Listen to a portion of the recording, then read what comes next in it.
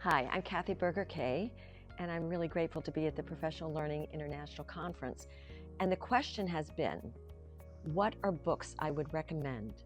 Now, I love books, and in my work with service learning, I'm always on the lookout for books that connect students to social justice and also to taking action. So in my book, The Complete Guide to Service Learning, there's hundreds of annotated books.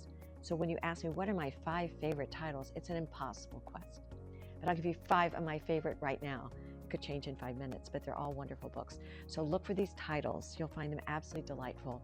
The first on my list is Shigure Ban Builds a Better World by Isadora Saturno. This is an amazing book.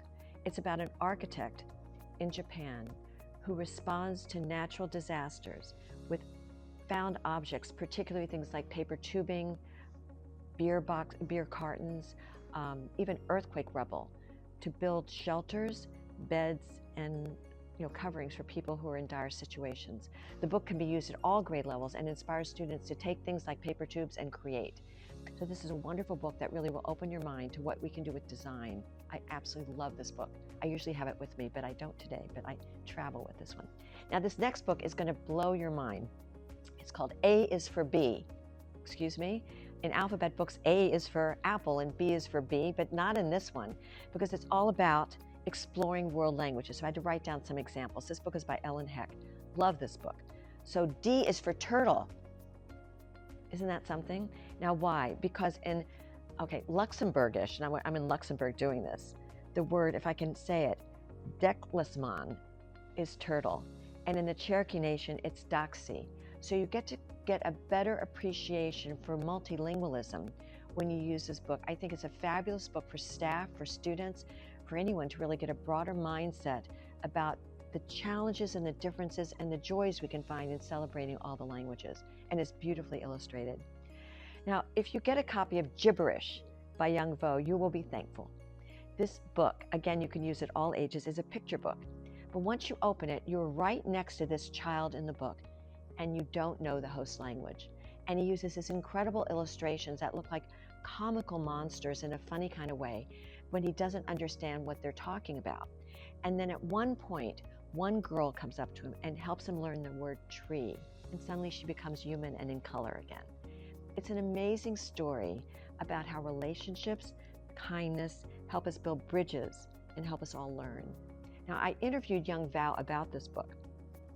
And when you get the book, the gibberish language is actually a language that you can translate. So just think about that. It's absolutely quite remarkable. I love that book. I could talk about that one for a long time, but I must instead move on to another book, 111 Trees, How One Village Celebrates the Birth of Every Girl. Just think about that.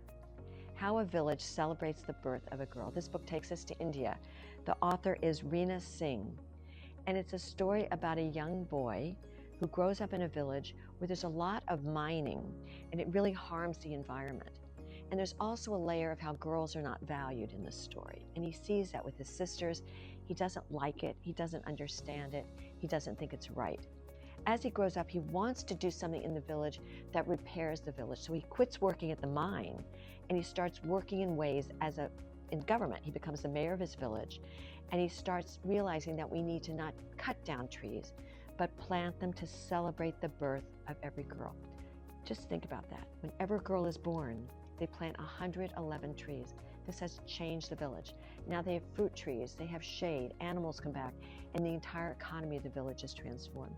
This is based on a true story, and it's a village that has become celebrated by the Indian government as a model village for creating healthy ecosystems. So it's an amazing story, very memorable. And I'd like to share one last one today, When Stars Are Scattered by Victoria Jameson with Omar Mohammed. This book just captivated me. I love graphic novels, but this one is just amazing. It's a story of 2 brothers who had to flee from Somalia because their father was killed, and they go to this refugee camp in Kenya with their mother. And it's what evolves there. Actually, they're separated from their mother. But what evolves are with the older brother trying to take care of his younger brother who has seizures and a medical condition that's not being treated and understood. And it's the weight of the world put on this brother who craves an education, who's torn between his own desires and his love of family. It's a memorable story, but it really takes you inside a refugee camp.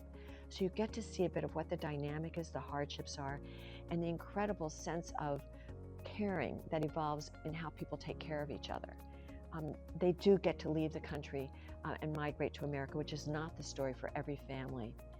And he does reunite with his mother. But it's an incredible telling, and it's an incredible story.